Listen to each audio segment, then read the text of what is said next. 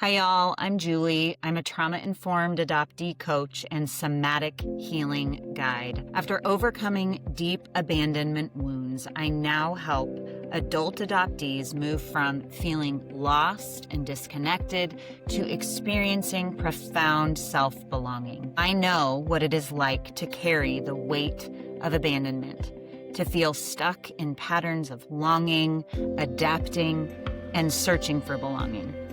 To have tried every healing modality available and come up empty. My own healing has taught me this. The answers aren't out there. They're buried within me, and I'm here to guide you home to yourself.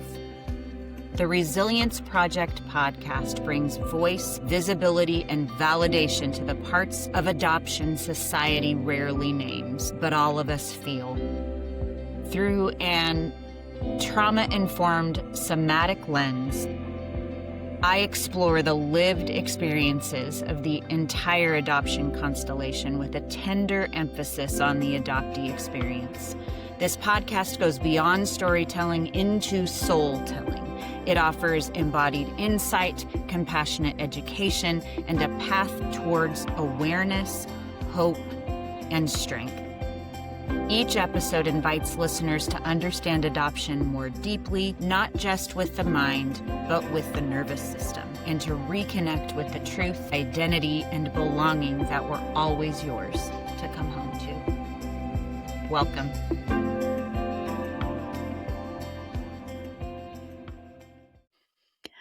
Welcome back to the podcast, everybody. It is so good to be together, as it always is, every week. It's my favorite time of the week, being able to spend time recording and spending time with you. So last week, we went deep. We talked about capacity, about what it actually means to stay connected to yourself while emotion exists. We talked about titration, about pendulation, about the line I hope has stayed with you this week. The goal is not to never feel pain. The goal is to not leave yourself inside of it. If you've been practicing that even a little, I want you to know it matters. Every small moment of staying counts. And today, we move into something that I think is one of the most tender parts of this entire series. Today, we're going to talk about connection. And here's where we've traveled together in this series. We explored curiosity. That asked, can I notice what's here without needing to change it? We explored clarity that asked, what am I becoming aware of? And then last week was capacity. Can I stay with myself without abandoning myself? And now connection asks, can I let myself be seen? Not the curated version, not the performance, not the version that has already decided what's safe to let be visible. Just me. Here, in a body that has a history. That question is not small. For a lot of adopted people, it might be one of the most activating questions in this entire series, and I want to hold it gently. There's a paradox that we experience as adopted people, and I want to name that because I believe it is true for so many of us in our experience. We long for connection more than almost anything, and we are also terrified of it. Both things at the same time in the same body. We learned to long for belonging, to need it, to search for it, to shape ourselves around the hope of it. Because belonging is a fundamental human need. The nervous system is wired toward connection, and the body aches toward it the way a plant moves toward light. And yet, many of us also learned very early through real lived experience that love and loss are threaded together. That attaching too fully means risking more than we might be able to survive. So we adapted. We became shapeshifters. I've talked about this many times. We learned to read the room before entering it, to adjust our energy, our personality, our needs to match what seemed most likely to keep us connected. We got incredibly good at being what people needed us to be, at being likable, low maintenance, easy. And somewhere in all of that, we lost track of who we actually were when no one was watching. I remember a very vivid moment in my own life when I realized this pattern, but I had no idea how to stop it. I'd probably been married for about 10 years, and a friend asked me what my favorite things were. My mind drew a complete blank. She was like, "You don't know what your favorite color is or your favorite food?" And my initial response was, what would my husband tell me was my favorite? Now, I didn't say that out loud, but that's what went through my head. And it hit me that I had zero clue what I liked, wanted, desired.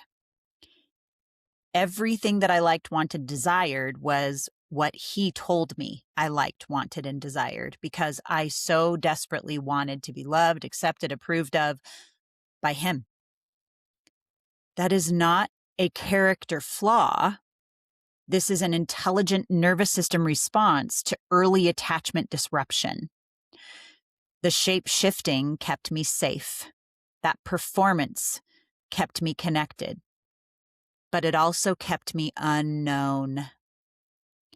And being unknown, even in a room of people who love you, is its own kind of loneliness.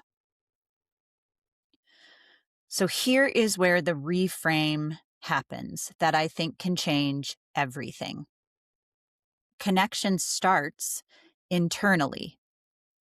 Before it can live between you and another person, before you can truly be met by someone else, something has to happen inside you first. You have to be present to yourself. Not the edited version, not the version that's already decided what's allowed to be seen, the actual you with your sensations and your needs and your old fears and your real longings. When we are disconnected from ourselves, when we have spent years managing experiences from the outside, performing okayness, like I talked about last week, shape-shifting for safety, like I've talked about many times, we don't actually show up in connection. A version of us shows up, a very functional, sometimes charming version, but it's not the whole self. And then we wonder why we still feel so alone, even when people love us. It's not because connection isn't happening. It's because the part of us that most needs to be met never fully made it into the room. Internal connection is the foundation. It's coming home to yourself first, so that when you reach towards someone else, there's actually a you to be received. More stories means more connection. More connection means more healing. That is Dr. Liz's motto for migrating toward wholeness. There is something that happens when we as adopted people find other adopted people, or find a room full of people who say, "Me too," without flinching. There's something in the nervous system that exhales when that happens. Something that has been held very tightly begins to loosen, because so much of what we carry as adopted people was carried alone in families where no one quite understood, and I wouldn't expect them to understand, in a culture that told us we should be grateful, or that we were lucky, or that we were rescued, in a silence that felt like it was ours to keep.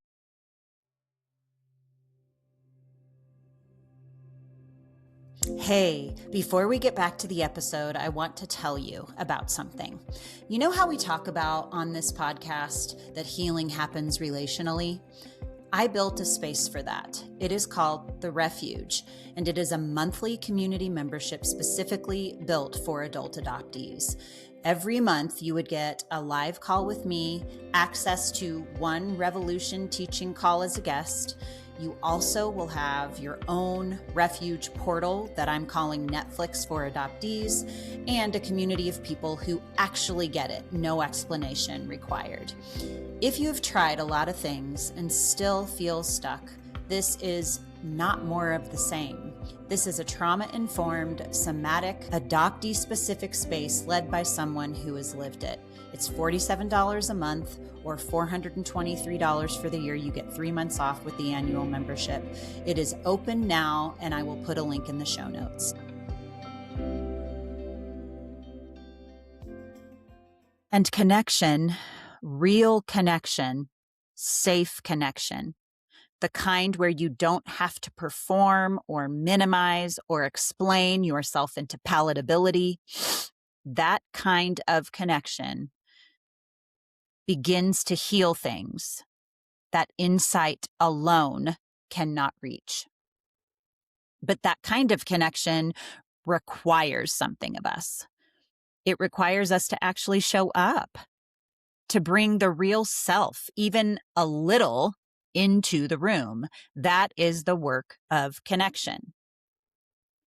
So I'd like to invite you to practice something with me right now.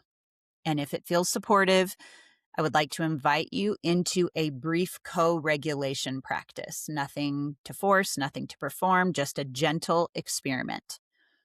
I'd like to invite you to move into a place where you're near a mirror. I don't want you to face it yet. Just move into a place where you're near one.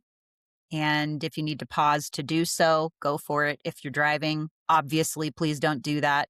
Wait until you are home and can do this practice. So I'd like you to let your feet find the floor. They're obviously standing on it, but what I want you to do is just notice your feet against the floor. Notice the air around you. And if you're sitting against something, notice your back against whatever it is that's supporting you. I'd like you to take one slow breath in, a real one, not a performed one, and let your body settle slightly on the exhale.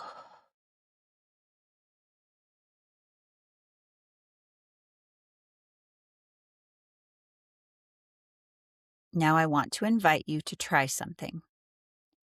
Let your gaze soften, not closed, just soft, as if you're looking at something slightly blurred and gentle. And let's take one more slow breath in through the nose together. And then a slightly longer breath out through the mouth.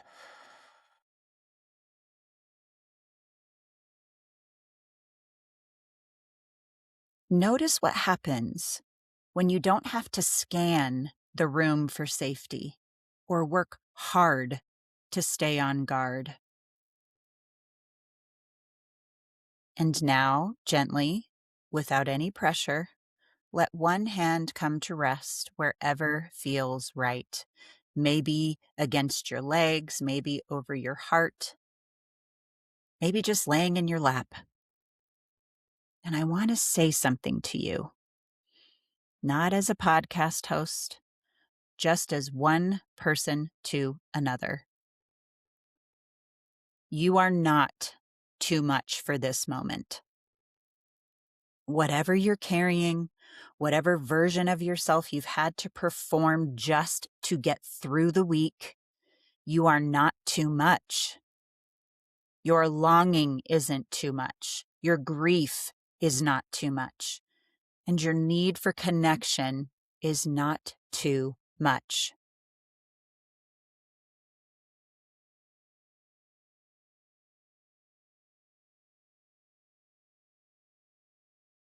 Whatever just moved in your body, let it be there. Notice the shift, even if it is just a small percentage. Now, I'd like to invite you to turn toward the mirror, if that feels comfortable for you, and make gentle eye contact. It's okay if it doesn't, then just look at the base of your neck or the tops of your shoulders. I'd like you to experiment with what I call mirrored breathing with yourself. Notice as you breathe in and as you breathe out. Just pay attention to what happens in your body as you do this. The rise of your shoulders when you breathe in, the lowering of your shoulders when you breathe out. And notice if you are looking at yourself, any urge to look away, to shrink, to giggle, or maybe even to want to disappear. Just notice as you breathe in and out. This is you co-regulating with yourself. And I'd like to invite you to speak what I said earlier out loud, if it feels comfortable for you, in the mirror. Or just say it in your mind if that feels better. You are not too much. Your longing is not too much. Your grief is not too much. And your need for connection is not too much. And take a breath in through your nose and sigh it out. And notice the shift in your body. You may feel a more expansive feeling in your heart, a more settled feeling in your stomach. Maybe your throat actually feels more open and able to communicate. Just notice those shifts, even if they're just a little bit. And let's take one final deep breath in together. And sigh it out. And you can move away from the mirror. I'm sure that if you were doing that, it probably felt a little uncomfortable if that was new for you, and that's okay. Again, we're just learning how to be with ourselves in these uncomfortable moments. That's building the capacity that I talked about last week. I think one of the most painful things about the adoptee experience of connection is this. Many of us worked incredibly hard to be loved and can still feel unknown. Not because the love wasn't real, but because the self that most needed to be seen learned early on that it wasn't safe to come out.